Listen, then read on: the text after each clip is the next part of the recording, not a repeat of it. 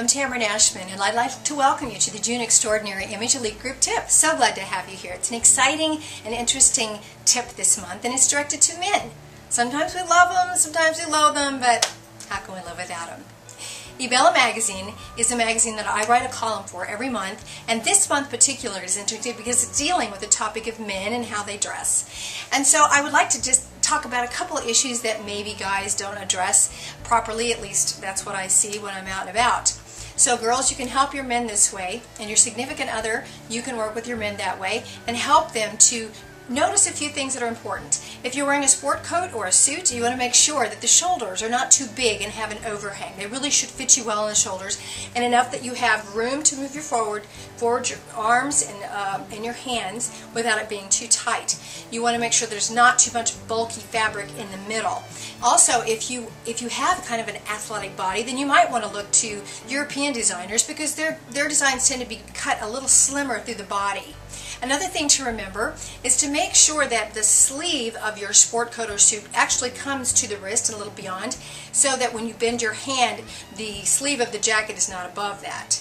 You want to make sure that you have a ½ inch of a shirt peeking below the sleeve, and also you want to have a ½ inch of the collar showing above the lapel of the suit.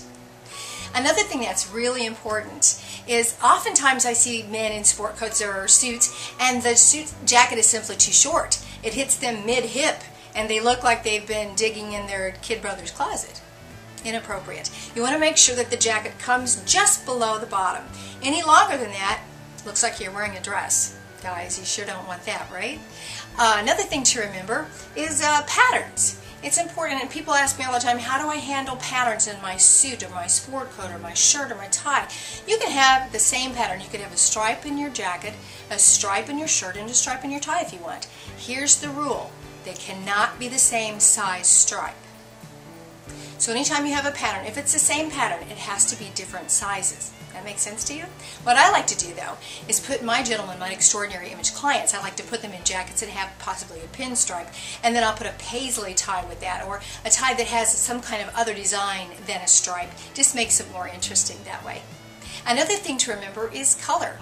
And you can see David here, one of my extraordinary image clients, great guy. He looks fabulous in this blue, and I love it on him. And when he put it on, he put this jacket on, it just popped. And when you're in the right color, it draws business to you, it draws people to you. And believe me when I say this, color is power. So it's very important that you have the right colors for your business, for your profession, and for your personality. So come to me for your extraordinary image consult, and I guarantee you I will put you in the right colors for that. Visit my site, www.extra-ordinaryimage.com.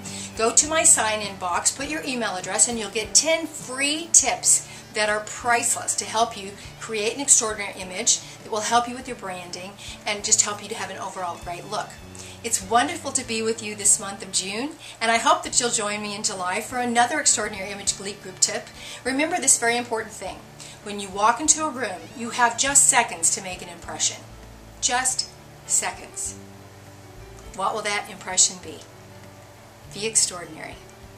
Blessings.